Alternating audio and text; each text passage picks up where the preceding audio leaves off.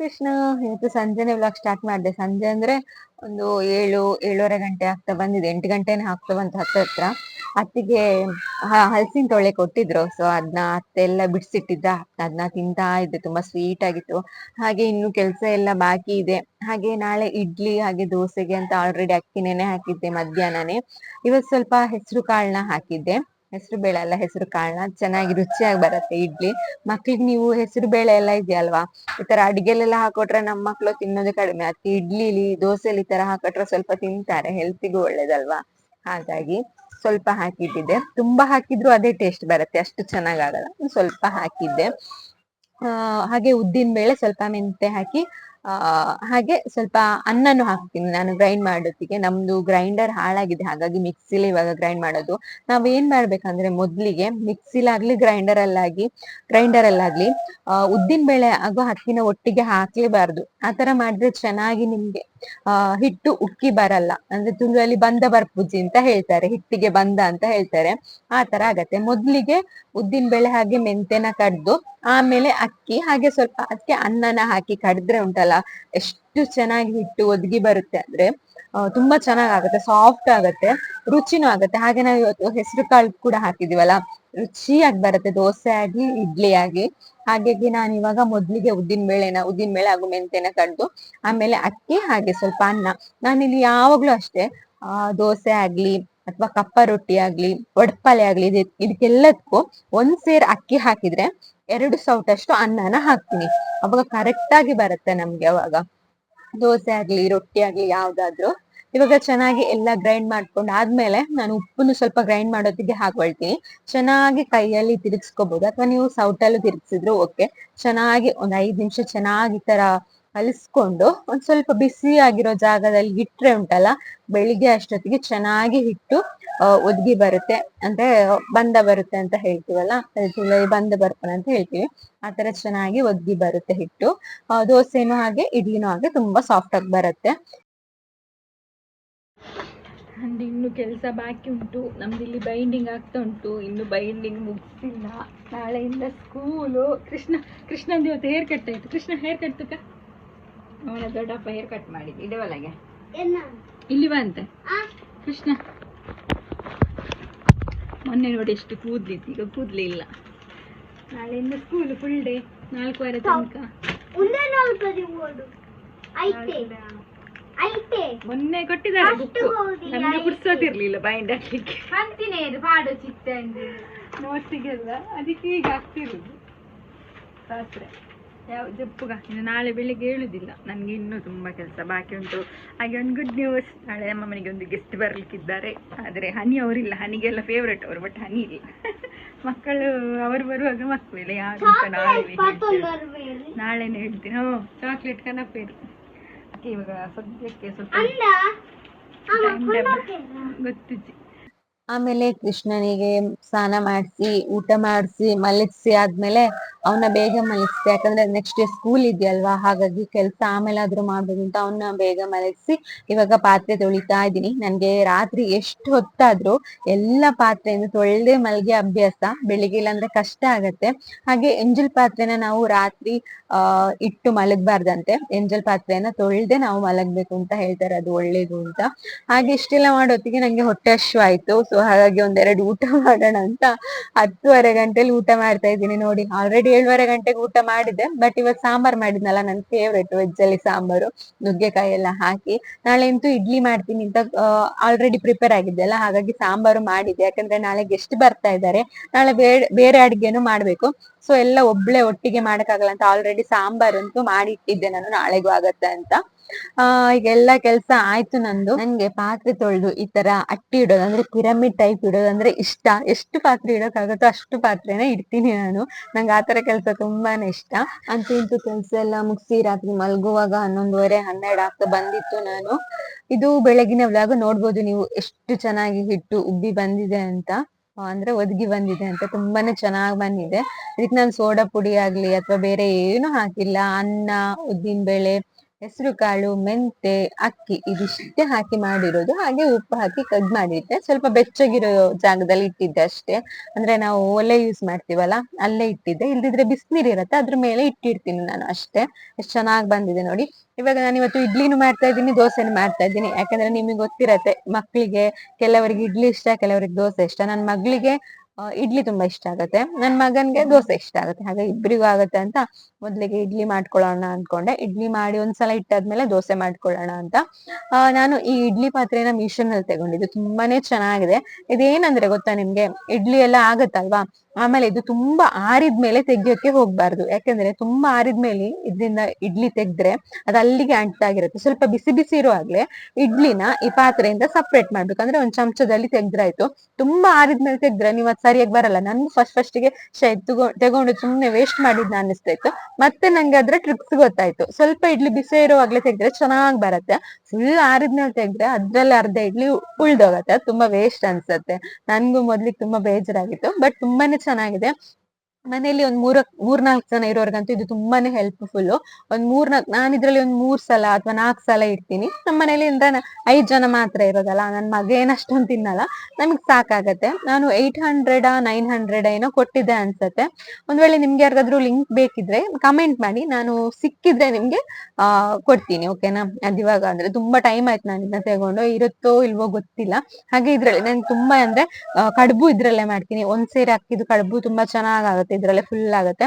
ಹಾಗೆ ಸ್ವಲ್ಪ ಬಿರಿಯಾನಿ ಎಲ್ಲ ಉಳ್ದಿದ್ರೆ ಅದನ್ನೆಲ್ಲ ಬಿಸಿ ಮಾಡೋಕು ತುಂಬಾನೇ ಈಸಿ ಆಗತ್ತೆ ನನ್ಗೆ. ಇಲ್ಲಾಂದ್ರೆ ದೊಡ್ಡ ದೊಡ್ಡ ಪಾತ್ರೆ, ಅಂದ್ರೆ ಇಡ್ಲಿ ಪಾತ್ರೆ ದೊಡ್ಡದಿರತ್ತಲ್ಲ, ಅದ್ರಲ್ಲೆಲ್ಲ ಬಿಸಿ ಮಾಡ್ಬೇಕಾಗತ್ತೆ.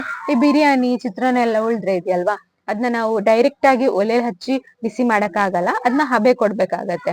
ಸೊ ಅದಕ್ಕೆಲ್ಲ ನಂಗೆ ತುಂಬಾನೇ ಈಸಿ ಆಗತ್ತೆ ಇದು. ಒಂದ್ ರೌಂಡ್ ಇಡ್ಲಿಗೆ ಇಟ್ಟೆ, ಇದು 10 ನಿಮಿಷ ಇಡ್ಲಿ ಬೇಗ ಬೇಯುತ್ತೆ. ಇದ್ರಲ್ಲಿ ನಿಮ್ಗೆ ಅರ್ಧ ಗಂಟೆಲಿ 2-3 ಸಲ ಮಾಡ್ಬೋದು ಇಡ್ಲಿ.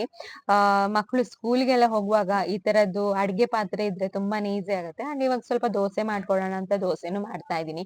ನನ್ ಮಗನ್ಗೆ ದೋಸೆ, ರೊಟ್ಟಿ ಈ ತರ ಇಷ್ಟ. ನನ್ ಮಗಳಿಗೆ ಇಡ್ಲಿ ಅಥವಾ ಅವಳಿಗೆ ರೈಸ್ ಐಟಮ್ ಎಲ್ಲ ತುಂಬಾ ಇಷ್ಟ. ಅದೊಂದು ನಮ್ಮ ಮನೇಲಿ ತುಂಬಾ ಕಷ್ಟ ಆಗುತ್ತೆ ಇಬ್ಬಿಬ್ರಿಗೂ. ನಾನು ಇಬ್ಬಿಬ್ರಿಗೆ ಮಾಡ್ಕೊಡಲ್ಲ, ಮಾಡಿದ್ನ ತಿನ್ಬೇಕು ಅಂತಾನೆ ಹೇಳ್ತೀನಿ. ಅವ್ರು ಇಷ್ಟಪಟ್ಟಿದ್ದೆಲ್ಲ ಮಾಡ್ತಾ ಹೋದ್ರೆ ಮಕ್ಳಿಗೆ ಅದೇ ಅಭ್ಯಾಸ ಆಗುತ್ತೆ. ನಾವು ಕೊಟ್ಟಿದ್ನ ಅವರು ತಿನ್ನೋ ಕಲಿಬೇಕು, ಬಟ್ ಅವ್ರಿಗೆ ಇಷ್ಟ ಆಗೋದ್ನ ಒಂದೊಂದ್ಸಲ ಮಾಡ್ಕೊಡ್ಬೇಕಾಗತ್ತೆ.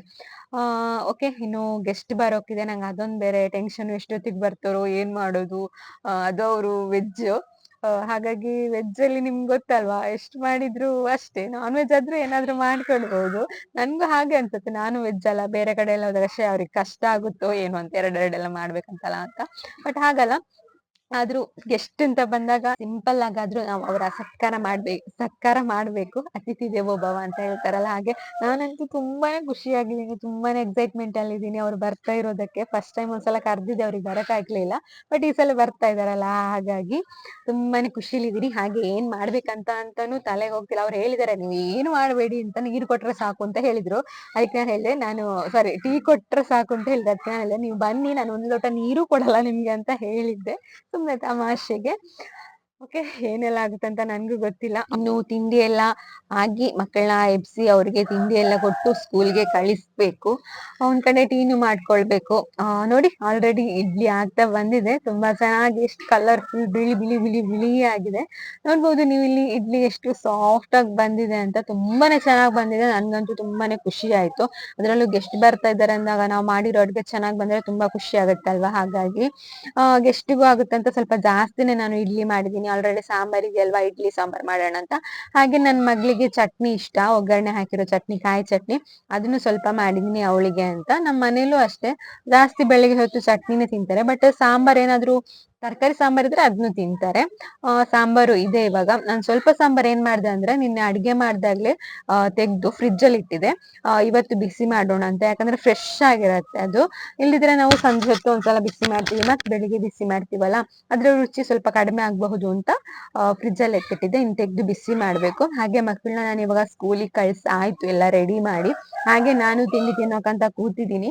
ನನ್ಗೂ ಅಷ್ಟೇ ಇಡ್ಲಿ ದೋಸೆ ಅಂದ್ರೆ ತುಂಬಾನೇ ಇಷ್ಟ. ಅದ್ರ ಜೊತೆ ನುಗ್ಗೆಕಾಯಿ, ಬದ್ನೆ, ಆಲೂಗೆಡ್ಡೆ, ಕ್ಯಾರೆಟ್, ಬೇಳೆ ಎಲ್ಲ ಹಾಕಿರೋ ಸಾಂಬಾರ್ ಇದ್ರಂತೂ ಸೂಪರ್ ಆಗಿರತ್ತೆ. ನಾನು ಉಡುಪಿ ಸ್ಟೈಲ್ ಅಲ್ಲಿ ಸಾಂಬಾರ್ ಮಾಡಿದ್ದೆ, ತುಂಬಾನೇ ಚೆನ್ನಾಗಿ ಬಂದಿದೆ. ಇನ್ನೊಂದ್ಸಲ ಬೇಕಾದ್ರೆ ನಿಮ್ ಜೊತೆ ಶೇರ್ ಮಾಡ್ತೀನಿ, ಓಕೆನಾ? ಶುಭ ದಿನ ಎಲ್ರಿಗೂ. ನಾನು ಒಂದ್ಸಲದೆಲ್ಲ ಕೆಲಸ ಆಗಿ ಇನ್ನು ಅಡುಗೆ ಮಾಡಬೇಕು ಇವಾಗ. ಆಲ್ರೆಡಿ ಅವರು ಹೊರಟಿದಾರಂತೆ. ನಾನು ಹೇಳಿದ್ನಲ್ಲ ಗೆಸ್ಟ್ ಅವರು ನಮ್ಮ ತುಳುನಾಡಿನ ಒಂದು ಫೇಮಸ್ ಯೂಟ್ಯೂಬರ್ ಅಂತಲೇ ಹೇಳ್ಬೋದು. ಲಾಸ್ಟ್ ಟೈಮ್ ಕರೆದಿದ್ದೆ ಜಾತ್ರೆಗೆ, ಅವ್ರಿಗೆ ಬರಲಿಕ್ಕಾಗಲಿಲ್ಲ. ಹಾಗಾಗಿ ಇವತ್ತು ನಿನ್ನೆ ಕಾಲ್ ಮಾಡಿದರು, ನಾಳೆ ಬರಲಿಕ್ಕಿದೆ ಆ ಕಡೆ, ಬರ್ತೀನಿ ಅಂತ. ಸೊ ಹಾಗಾಗಿ ಇವತ್ತು ಬರ್ತಾ ಇದ್ದಾರೆ. ಹಾಗಾಗಿ ಇನ್ನು ಅಡುಗೆ ಎಲ್ಲ ಆಗಬೇಕು. ಈ ಮೊಬೈಲ್ ಬೇರೆ ಕೈ ಕೊಡ್ತಾ ಉಂಟು, ಸ್ವಿಚ್ ಆಫ್, ಪದೇ ಸ್ವಿಚ್ ಆಫ್ ಆಗ್ತಾ ಉಂಟು. ಹಾಗಾಗಿ ಎಷ್ಟು ವ್ಲಾಗ್ ಮಾಡೋಕ್ಕಾಗುತ್ತೋ ಅಷ್ಟು ಮಾಡ್ತೀನಿ. ಏನಿಲ್ಲ, ಅವರು ವೆಜ್, ಬಟ್ ಅವ್ರ ಜೊತೆ ಇಬ್ಬರು ಮಕ್ಕಳು ಬರ್ತಿದ್ದಾರೆ. ಹಾಗಾಗಿ ಸ್ವಲ್ಪ ಚಿಕನ್ ಮಾಡೋಣ ಅಂತ. ಚಿಕನ್ ಸುಕ್ಕ, ಪನ್ನೀರ್ ಗ್ರೇವಿ, ಮತ್ತು ಸಾಂಬಾರಿದೆ, ಇಡ್ಲಿ ಇದೆ, ದೋಸೆ ಇದೆ. ಇಷ್ಟು ಮಾಡೋಣ ಅಂತ ಇದ್ದೀನಿ. ಮತ್ತು ಕಚ್ಚಂಬರಿ ಏನಾದರೂ ಮಾಡಬೇಕು. ಇವಾಗ ಅಡಿಗೆನ ರೆಡಿ ಮಾಡೋಣ. ಮೊದಲು ಚಿಕನ್ ಇನ್ನು ಬರಬೇಕಷ್ಟೇ. ಪನ್ನೀರ್ ಆಲ್ರೆಡಿ ನಿನ್ನೆನೆ ತಂದಿದ್ರು. ರಪ್ಪ ಅಡಿಗೆ ಮಾಡಿ ಮತ್ತೆ ವ್ಲಾಗ್ನ ಕಂಟಿನ್ಯೂ ಮಾಡ್ತೀನಿ ಅವ್ರು ಬಂದಮೇಲೆ, ಮೊಬೈಲ್ ಸರಿ ಇದ್ದರೆ. ನಾನು ಅವರಿಗೆ ಪನ್ನೀರ್ ಮಾಡೋಣ ಅಂತ ಅಂದ್ಕೊಂಡಿದ್ದೀನಿ, ಯಾಕಂದರೆ ಅವರು ನಾನ್ ವೆಜ್ ತಿನ್ನಲ್ಲ. ಪನ್ನೀರ್ ಮಾಡೋಣ ಮತ್ತು ಕುಕ್ಕುಂಬರಿಗೆ ಏನಾದರೂ ಮಾಡಬೇಕು ಅಂತ ಅಂದ್ಕೊಂಡಿದ್ದೀನಿ. ಮೊದಲಿಗೆ ನಾನಿಲ್ಲಿ ತುಂಬ ಸಿಂಪಲ್ಲಾಗಿ ಮಾಡಿರೋದು ನಿಮ್ಮ ಜೊತೆ ಶೇರ್ ಮಾಡ್ತೀನಿ. ಸ್ವಲ್ಪ ಎಣ್ಣೆ ಹಾಕ್ಕೊಂಡು ಅದಕ್ಕೆ ಚಕ್ಕೆ ಲವಂಗ ಹಾಕಿ, ಆಮೇಲೆ ನೀರುಳ್ಳಿ, ಟೊಮೆಟೊ ಇದನ್ನೆಲ್ಲ ಹಾಕಿ ಫ್ರೈ ಮಾಡ್ಕೊಂಡಿದ್ದೀನಿ. ಹಾಗೆ ಮಸಾಲೆಗೆ ನಾನಿಲ್ಲಿ ಪುದೀನ ಸೊಪ್ಪು, ಕೊತ್ತಂಬರಿ ಸೊಪ್ಪು, ಕಾಯಿ ಮೆಣಸು, ಬೆಳ್ಳುಳ್ಳಿ, ಸ್ವಲ್ಪ ಶುಂಠಿ ಇದಿಷ್ಟನ್ನ ಹಾಕಿ ಗ್ರೈಂಡ್ ಮಾಡ್ಕೊಂಡಿದ್ದೀನಿ. ತುಂಬಾ ಸಿಂಪಲ್ ಆಗಿ ಮಾಡ್ತಾ ಇರೋದು. ಎಣ್ಣೆ ಹಾಕಿ ಚಕ್ಕೆ ಲವಂಗ ಹಾಕಿ, ಈರುಳ್ಳಿ, ಟೊಮ್ಯಾಟೊ ಹಾಗೆ ಒಂದೆರಡು ಕಾಯಿ ಮೆಣಸು ಹಾಕಿ ಚೆನ್ನಾಗಿ ಫ್ರೈ ಆದ್ಮೇಲೆ ನಾನು ಕಟ್ಕೊಂಡಿರೋ ಮಸಾಲೆನ ಹಾಕೊಳ್ತಾ ಇದ್ದೀನಿ. ಅದನ್ನು ಅಷ್ಟೇ ಹಸಿ ವಾಸನೆ ಹೋಗೋವರೆಗೂ ನಾವು ತುಂಬಾ ಚೆನ್ನಾಗಿ ಮಿಕ್ಸ್ ಮಾಡ್ಕೊಂಡು ಅದನ್ನ ಕುದಿಸ್ಬೇಕಾಗತ್ತೆ.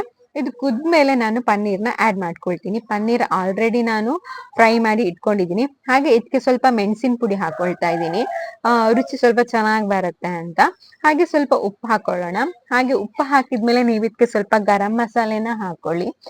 ಗರಂ ಮಸಾಲೆ ನೀವು ಬೇಕಾದ್ರೆ ಚಕ್ಕೆ ಲವಂಗನ ಮಸಾಲೆ ಜೊತೆ ರುಬ್ಬಿದ್ರು ಓಕೆ, ಕೊತ್ತಂಬರಿ ಸೊಪ್ಪು, ಪುದೀನ ಸೊಪ್ಪು ಜೊತೆ. ನಾನು ಆಲ್ರೆಡಿ ಗರಂ ಮಸಾಲೆ ಪುಡಿ ಇತ್ತಲ್ವಾ ಅಂತ ಅದ್ರ ಜೊತೆ ಹಾಕೊಳ್ಳಿಲ್ಲ. ಇವಾಗ ಒಂದ್ ಚಮಚದಷ್ಟು ಗರಂ ಮಸಾಲೆ ಪುಡಿನೂ ಹಾಕೊಂಡು ಚೆನ್ನಾಗಿ ಮಿಕ್ಸ್ ಮಾಡ್ಕೊಳ್ತೀನಿ. ಹಾಗೆ ಸ್ವಲ್ಪ ಅರಿಶಿನನೂ ಹಾಕೊಳ್ಳಿ, ಸ್ವಲ್ಪ ಸಾಕು. ಇದೆಲ್ಲ ಹಾಕೊಂಡು ಚೆನ್ನಾಗಿ ಮಸಾಲೆ ಕುದಿ ಬಂದ್ಮೇಲೆ ಫ್ರೈ ಮಾಡ್ಕೊಂಡಿರೋ ಪನ್ನೀರ್ನ ಹಾಕಿದ್ರೆ ಆಯ್ತು. ಇದು ಪನ್ನೀರ್ ಏನಾಯ್ತಪ್ಪ ಅಂದ್ರೆ, ನನ್ಗೆ ಇವ್ರು ಬರೋದು ಗೊತ್ತಿರ್ಲಿಲ್ಲ ಅಲ್ವಾ, ರಾತ್ರಿ ಹೇಳಿದವರು. ಇವರು ಮುಂಚಿನ ದಿನ ತಂದಿದ್ರು. ನಾನು ಅದನ್ನ ಸ್ವಲ್ಪ ಆಲ್ರೆಡಿ ಯೂಸ್ ಮಾಡಿದೆ ಪನ್ನೀರ್, ಹಾಗಾಗಿ ಸ್ವಲ್ಪನೇ ಇತ್ತು. ನಾನು ಇವಾಗ ಗರಂ ಮಸಾಲೆ ಪುಡಿ ಹಾಕೊಂಡೆ. ನೀವು ಮೆಣಸಿನ ಪುಡಿ ಹಾಕೊಳ್ಳುವಾಗ್ಲೂ ಬೇಕಾದ್ರೆ ಗರಂ ಮಸಾಲೆ ಹಾಕ್ಬೋದು, ಬಟ್ ಪನ್ನೀರ್ ಎಲ್ಲ ಹಾಕಿದ್ಮೇಲೆ ಗರಂ ಮಸಾಲೆ ಹಾಕಿ ಸ್ವಲ್ಪ ಹೊತ್ತು ಕುದಿಸಿದ್ರೆ ಪರಿಮಳ ತುಂಬಾ ಚೆನ್ನಾಗಿ ಬರುತ್ತೆ ಅಂತ. ಹಾಗೆ ನಾನು ಇದಕ್ಕೆ ಉಪ್ಪು ಅಷ್ಟೇ ರುಚಿಗೆ ಎಷ್ಟು ಬೇಕೋ ಅಷ್ಟು ಹಾಕೊಳ್ಳಿ ನೋಡ್ಕೊಂಡು. ಇವಾಗ ಇದಕ್ಕೆ 1 ಸ್ಪೂನ್ 1.5 ಸ್ಪೂನ್ ಅಷ್ಟು ತುಪ್ಪ ಹಾಕ್ತಾ ಇದ್ದೀನಿ, ಮನೇಲೆ ಮಾಡಿರೋ ತುಪ್ಪ. ಅವಾಗ ಚೆನ್ನಾಗಿ ಮೈಲ್ಡ್ ಟೇಸ್ಟ್ ಬರುತ್ತೆ, ತುಂಬಾನೇ ಚೆನ್ನಾಗಾಗತ್ತೆ. ಹೇಗ್ ಬಂದಿದೆ ಅಂತ ನನ್ಗೂ ಗೊತ್ತಿಲ್ಲ, ಅವ್ರಿಗೆ ಎಷ್ಟು ತಿಂದು ಹೇಳ್ಬೇಕು.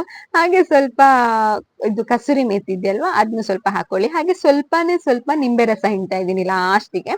ನಿಂಬೆ ರಸ ಹಿಂಡಿ ಚೆನ್ನಾಗಿ ಮಿಕ್ಸ್ ಮಾಡಿದ್ರೆ ನಮ್ಮ ಸಿಂಪಲ್ ಆಗಿರೋ ಪನ್ನೀರ್ ಗ್ರೀನ್ ಗ್ರೇವಿ ರೆಡಿ ಆಗತ್ತೆ. ತುಂಬಾನೇ ಚೆನ್ನಾಗಿ ಬಂದಿತ್ತು. ನೀವು ಒಂದ್ಸಲ ಟ್ರೈ ಮಾಡಿ ನೋಡಿ, ಓಕೆನಾ?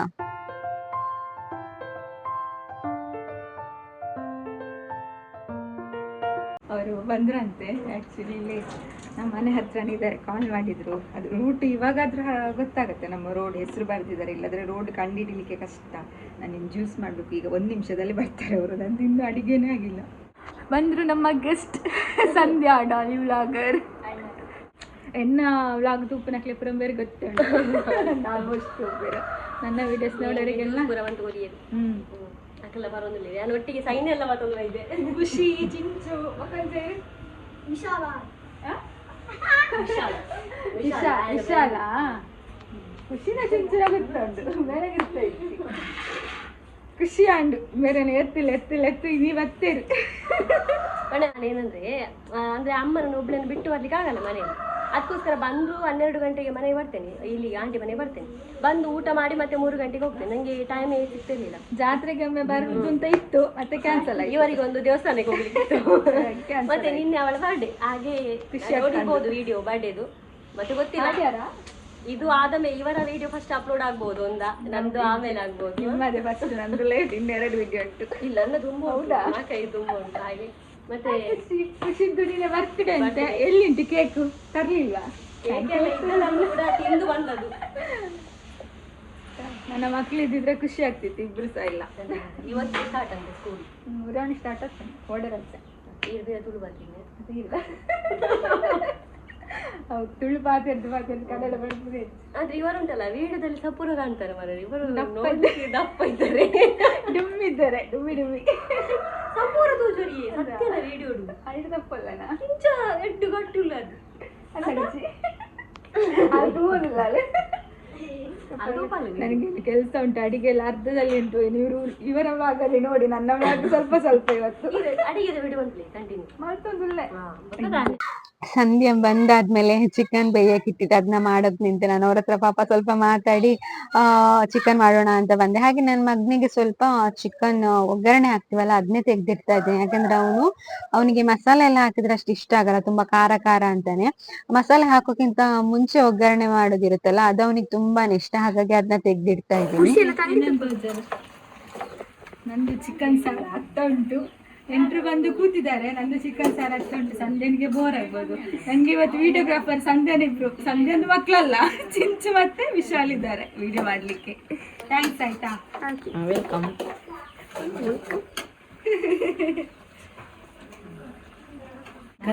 ಬೇರೆ ಸಾಲ ಮೀನು ಕಾಯ್ತೀನಿ, ಅಪ್ಪನ ಮೀನೇ ಬಂದಲ್ಲಿ ಮಾರಾಯ.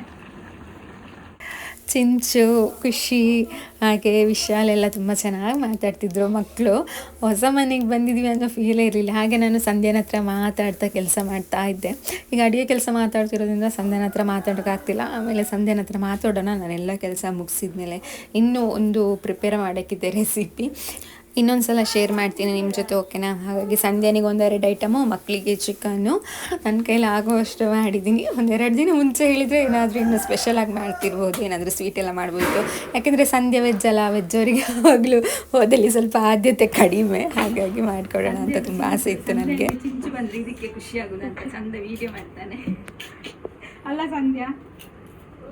ಚಿಂಚು ಚಂದ ವಿಡಿಯೋ ಮಾಡ್ತಾನೆ ಅಂತ. ಚಿಂಚು ಅದಕ್ಕೆ ಹೇಳಿದ್ದು, ಸಂಧ್ಯಂದು ಟ್ರೈನಿಂಗ್ ಇಂದ ಚಿಂಚು ಮುಂದೆ ಒಂದು ವಿಡಿಯೋಗ್ರಾಫರ್ ಆಗಿ ಸಂಧ್ಯಂದು ಮದುವೆಗೆ ನೀನೇ ವಿಡಿಯೋ ಮಾಡಿದ್ದು.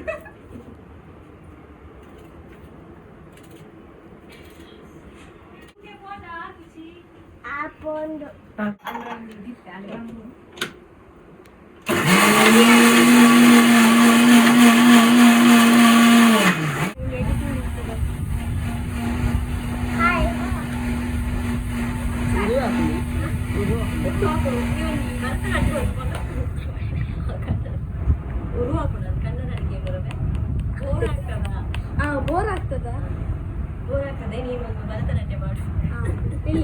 ಈ ತಚ್ಚ ಉಂಟು ಯಾರು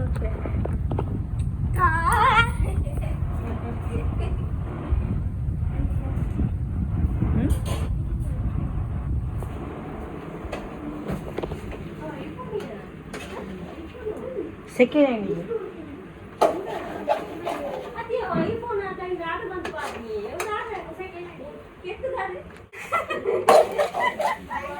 ಹ್ಯಾಂಡ್ ಆಯ್ತು ಅಂತ ಬಂದ್ಬಿಡ ಅವ್ರು ತಿರ್ತು ಬರ್ತೀನಿ. ಸಬ್ಸ್ಕ್ರೈಬರ್ ಕೊಡ್ತೀನಿ. ಬಿಸಿ ರೋಡ್ ಮುಂದೆ ಬರ್ತಿರ್ತೀರ. ಓಕೆ, ಅನ್ನ ಚಕ್ಕನ ಮೈಗೆ ಕಾಲೇಜ್ ಹೋಗ್ನ ಯಾರುತ್ತೆ ಕನಸು ಬರೋಡು ಮಾರೆ ಇಂಚಿನ ಅನ್ಕೊನಿ. ಫೈನಲಿ ಚಿಕನ್ ಸಾರ್ ಆಯ್ತು, ಚಿಕನ್ ಸುಕ್ಕ ಆಯ್ತು. ಮಕ್ಕಳಿಗೆ ವಿಡಿಯೋ ಖುಷಿ ನೋಡಿ, ಕಣ್ಣಿಗೆ ಮೇಕಪ್ ಮಾಡಿದ್ದಾಳೆ.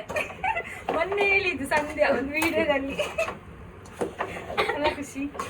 ನಾನು ಹೇಳಿದೆ ಬೆಳಗ್ಗೆ ಹೇಳಿದೆ ಮೇಕಪ್ ಎಲ್ಲ ಬೇಡ, ನಾವು ಮದುವೆಗೆ ಹೋಗುದಲ್ಲ ಅಂತ ಹೇಳಿದ್ರಲ್ಲ, ನೋಡಿದ್ರೆ ಐಲೈನರ್ ಐಲೈನರ್ ಅಲ್ಲ ಮಾರೆ, ಐ ಶ್ಯಾಡೋ. ಮತ್ತೆ ಅವಳಿಗೆ ನೋಡಿ ಮೊನ್ನೆ ಮೂಗು ಚುಚ್ಚಿದ್ದು ಮೊನ್ನೆ ಅವಳಿಗೆ. ನನ್ನಂತದೇ ಬೇಕಂತ ಹೇಳಿ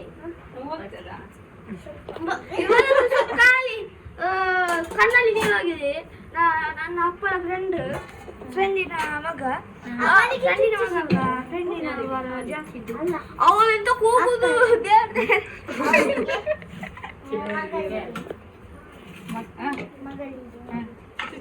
ಚುಚ್ಚಿಸ್ಬೇಕು.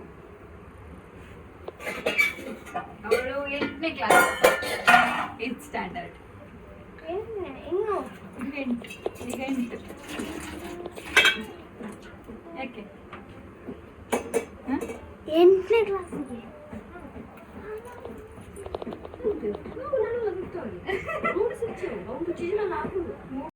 ಹೀಗೆ ಮಾತಾಡ್ತಾ ಸಂಧ್ಯಾನ ಹತ್ರ ಮಕ್ಕಳ ಹತ್ರ ನಾನು ಅಡುಗೆ ಮಾಡ್ಕೊಳ್ತಾ ಇದ್ದೆ. ಇನ್ನು ನೆಕ್ಸ್ಟು ಏನೆಲ್ಲ ಆಯಿತು ಅಂತ ನಾಳಿನ ವ್ಲಾಗಲ್ಲಿ ತೋರಿಸ್ತೀನಿ. ಯಾಕಂದರೆ ವ್ಲಾಗ್ ತುಂಬ ಉದ್ದ ಆಗುತ್ತೆ, ಹಾಗಾಗಿ ನಾಳೆ ವ್ಲಾಗ್ಗೆ ವೆಯ್ಟ್ ಮಾಡ್ತಾಯಿರಿ.